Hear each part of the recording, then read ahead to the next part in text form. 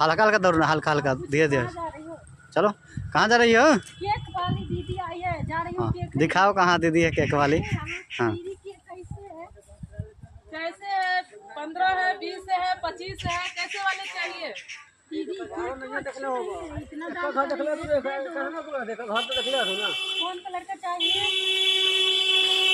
आपकी आ रही है। कौन सा केक बेचने में मन लग रहा है दीदी?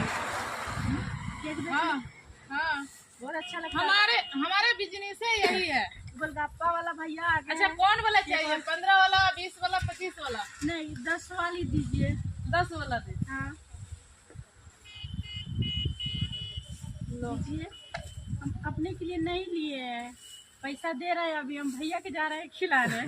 अच्छा, आप लोग, हम बहुत भैया के मांग के खरीद कर लाए हैं, बहुत अच्छा है, आप खाइए। फिर पैसा